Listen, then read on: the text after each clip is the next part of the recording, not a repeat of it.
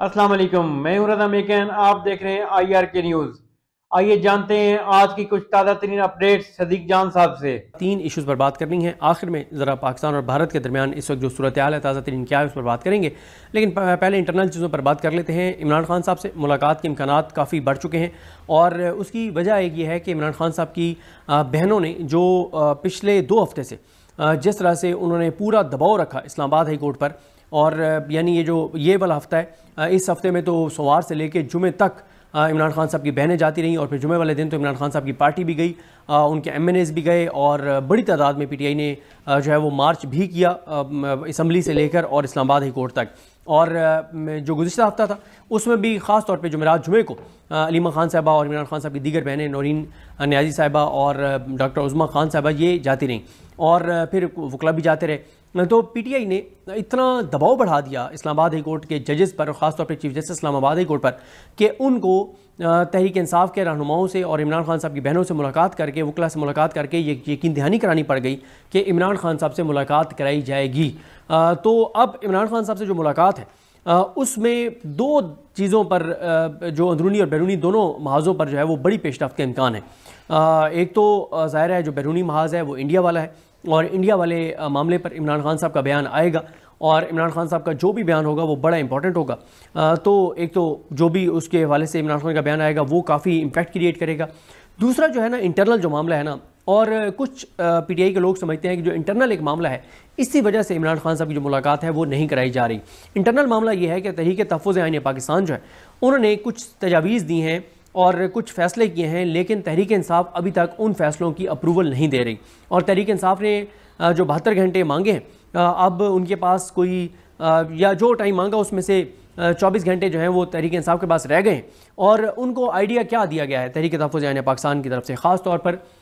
जो महमूद खान अरशकज़ई साहब हैं और अल्लामा राजा नासिर अब्बास साहब, ख़ास तौर पर इन दोनों की तरफ से इनको तहरीक इंसाफ को राय ये दी गई है कि तहरीक इंसाफ को असम्बली के अंदर, ये जो असम्बली का अहाता है, कौमी असम्बली का, कौमी असम्बली है, सेनेट है, इसका जो अहाता है, इस अहाते के अंदर लॉन में एक फार्म 45 की असम्बली जो है वो इनको तश्कील देनी चाहिए। फार्म 45 की असम्बली तश्कील देनी चाहिए और वो फार्म 45 की जो असम्बली है वो बाहर लगा करेगी और उसमें तकरीरें होंगी, उसका स्पीकर होगा, उसका डिप्टी स्पीकर होगा। और इसी से जुड़ी हुई एक तजवीज़ जो है वो पंजाब में दी है आलिया हमज़ा साहिबा ने, और आलिया हमज़ा की जो तजवीज़ है वफाक में भी उस पर बात हो रही है कि ना सिर्फ ये कि फार्म 45 की असम्बली बना दी जाए कौमी असम्बली में, पंजाब असम्बली में, उनके इजलास हों बाहर, मीडिया उसको कवर करे, सोशल मीडिया उसको कवर करे, उसमें तकरीरें हों, प्लस दोनों जगहों पे कैबिनेट्स जो हैं वो शैडो कैबिनेट्स कहें, जो भी उसको नाम दे दें, वो कैबिनेट्स जो है वो अनाउंस कर दी जाएँ। यानी इधर भी फार्म 45 की असम्बली जो है कौमी असम्बली में, उसकी भी तमाम वजारतें अनाउंस कर दी जाएँ, उधर भी कर दी जाएँ। अब जब वजारतें अनाउंस हो जाएंगी, उनके पास तो ना दफ्तर है ना कोई इख्तियार है, तो वो क्या करेंगे? वो जो मिनिस्टर होगा मिसाल के तौर पर जिसको वज़ीर इत्तलात बनाया जाएगा, वो वज़ीर इत्तलात का ये काम है कि वो एक तो फार्म 45 की जो असम्बली है उसकी ज़ाहिर है वो आगे मीडिया को जो भी उसकी अपडेट्स हैं वो देगा, लेकिन बाकी वजारतों में तो ऐसा नहीं है कि उनके पास तो कुछ भी नहीं है। तो जब उनके पास कोई वजारत नहीं तो वो क्या करेंगे? तो उनका ये है कि जो वज़ीर फार्म 45 की असम्बली का बनेगा वो फार्म 47 की असम्बली के हुकूमत के उस वज़ीर की वजारत का मुकम्मल पोस्टमार्टम करेगा, उसका कच्चा छठा खोलेगा, उसके ऊपर पूरी वर्किंग करेगा, उसकी 2 नंबरियाँ पकड़ेगा, उसके हवाले से राइट टू इन्फॉर्मेशन के तहत एप्लीकेशंस देगा, अदालतों में जाएगा, एक्सपोज करेगा, प्रेस कॉन्फ्रेंसेस करेगा। यानी जो वज़ीर साइंस एंड टेक्नोलॉजी है फार्म 45 की असम्बली का, उसका काम यह है कि जो मौजूदा फार्म 47 की असम्बली और उसकी हुकूमत है जिसको आवाम ने मैंडेट नहीं दिया, उसके वज़ीर जो है साइंस एंड टेक्नोलॉजी का, उसकी वजारत का पूरा कच्चा चट्टा वो खोले, उसकी पूरी तफसीलात वो ले, उसके पूरे वो डॉक्यूमेंट्स ले, उसके इंटरनल चीज़ें निकलवाए और उसके स्कैंडल्स निकाले, उनको एक्सपोज करे, प्रेस कॉन्फ्रेंसेस करे और उसको पूरी तरह से जो है वो उसके ऊपर एक पूरा नैरेटिव बनाए। तो एक तो ये तजवीज़ है। दूसरी तजवीज़ ये है कि जो कौमी असम्बली की कमेटियाँ हैं, उन कायमा कमेटियाँ जो हैं उनसे मुसाफ़ी हो जाए तहरीक इंसाफ, ये दूसरी तजवीज़ है। तीसरी तजवीज़ ये है कि जो तहरीक तहफ़्फ़ुज़ आईन पाकिस्तान है उसकी जो है वो तंजीम साजी की जाए, और उसकी तंजीम साजी इस तरह से की जाए कि सूबाई सतह पर, ज़िलाई सतह पर और ज़बरदस्त लोगों को आगे लाया जाए और पूरा उसका एक मैकेनिज़्म पूरे पाकिस्तान में स्ट्रक्चर खड़ा किया जाए तहरीक तहफ़्फ़ुज़ आईन पाकिस्तान का। और जब तहरीक तहफ़्फ़ुज़ आईन पाकिस्तान का एक ज़िम्मेदार होगा तो उसके साथ 5-6 जमातों की वो सपोर्ट होगी। तो जब 5-6 जमातों की सपोर्ट होगी तो ज़ाहिर है उसके लिए आसान है चीज़ें करना क्योंकि सिर्फ तहरीक इंसाफ का होता है तो उसके ऊपर तो बहुत ज़्यादा जुल्म हो जाता है, लेकिन जब 5-6 जमातों का एक नुमाइंदा होगा तो उसके पास ज़रा उसको बैकिंग तगड़ी होगी। अच्छा, फिर इसी तरह से एक तजवीज़ ये है कि हर हफ्ते एक एक्टिविटी की जाए, और उसमें जो तजवीज़ दी है वो अल्लामा राजा नासिर अब्बास साहब ने तजवीज़ दी है। उन्होंने तजवीज़ दी है कि हर हफ्ते किस तरह की एक्टिविटी हो। उन्होंने कहा कि मिसाल के तौर पे हमें बुध के दिन हम ये अनाउंस करें कि बुध के दिन 12 बजे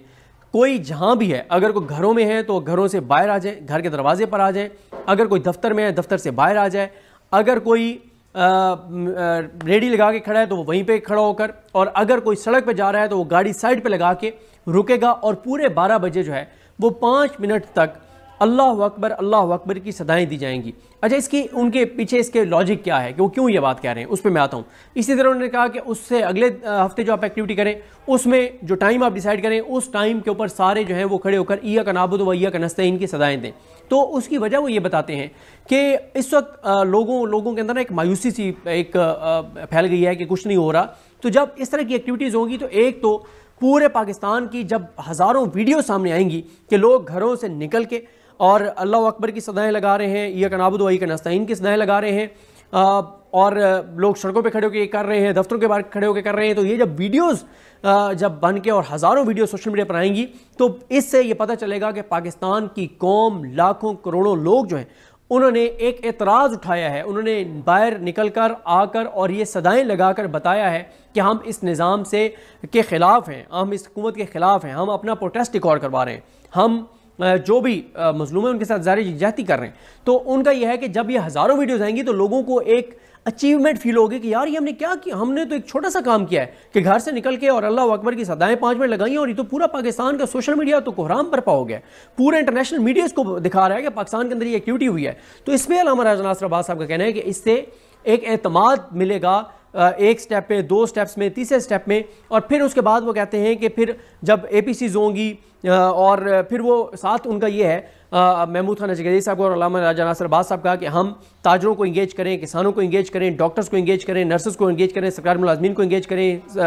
टीचर्स को, मजदूरों को, यूनियंस को, हर एक को हम इंगेज करें, रिटायर्ड मुलाजमीन को हम इंगेज करें। तो उनका यह है कि हम इन सारों को इंगेज करके, और जब भी अब इस्लामाबाद की कॉल दी जाए तो हर कम्युनिटी जो है वो, हर तबका जो है वो हमारे साथ निकले कि हमारे लिए ये मार्च हो रहा है। तो एक उनकी ये तजवीज़ है। अब तहरीक इंसाफ जो है